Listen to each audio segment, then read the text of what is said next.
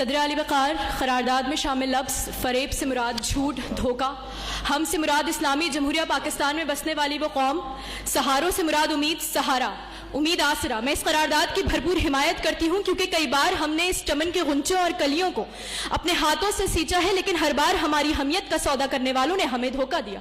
کسی نے ہم سے کہا آؤ سب سے پہلے پاکستان کا نعرہ لگاتے ہیں، ہم نے کہا لبیک۔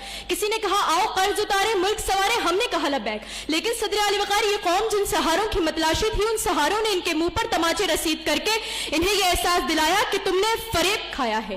تو پھر صدر اعلی وقار چلیے میرے ساتھ اور دیکھیے کس نے کس مقام پر کس سے دھوکہ کھایا ہے۔ پینشن کی لائن میں 36 گھنٹے کھڑے رہ کر اپنی زندگی کی بازی ہار جانے والوں نے فریب کھایا ہے۔ حکومتی اداروں سے بھتہ نہ دینے کی جرم میں فیکٹری میں زندہ جلا دیے جانے والوں نے فریب کھایا ہے۔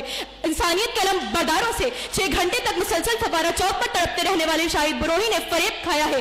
اپنے ہی گھر کے رکھوالوں سے شاہ رخ جتوئی جیسے وڈیروں کے ظلم کا شکار ہونے والوں نے فریب کھایا ہے۔ وڈیروں اور جاگیرداروں سے ریمنڈ ڈیوس جیسے سفاح قاتلوں کو رہا کرنے والی عدالتوں پر بھروسہ کرنے والوں نے فریب کھایا ہے۔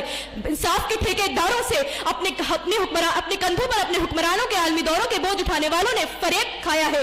ٹیکس وصول کرنے والے اداروں سے اپنے بچوں کے گلے میں برائے فروخت کا بورڈ لگانے والوں نے فریب کھایا ہے۔ روٹی، کپڑا اور مکان کے نعرہ لگانے والوں سے تو پھر مجھے یہ کہہ لینے دیجئے کہ فریب کھایا ہم نے غلط سہاروں کا۔ صدر اعلی وقار، یہ فریب نہیں تو اور کیا ہے؟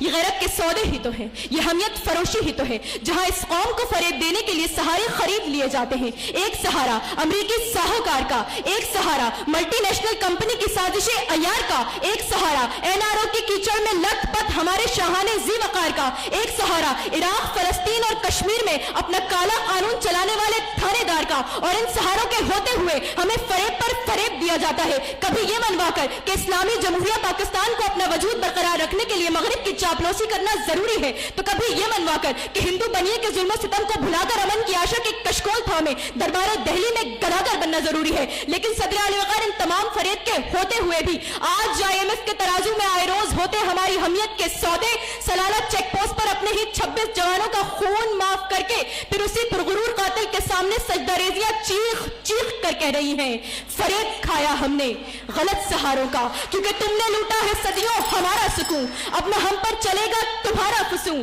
چارہ گر میں تمہیں کس طرح سے کہوں، تم نہیں چارہ گر، کوئی مانے مگر میں نہیں مانتا، میں نہیں مانگتا۔ میں اپنے مخالفین سے کہتی ہوں کہ یہاں آ کر قرارداد میں شامل لفظ غلط سہاروں کی بات کریں، صحیح سہاروں کی نہیں۔ صحیح سہارے ہمارے والدین ہیں، افواج ہیں، ڈاکٹرز اور انجینئرز ہیں، لیکن یہاں قرارداد ہے فریب کھایا ہم نے غلط سہاروں کا۔ تو غلط سہاروں کی بات کی جائے کہ ہاں فریب کھایا ہم نے غلط سہاروں کا۔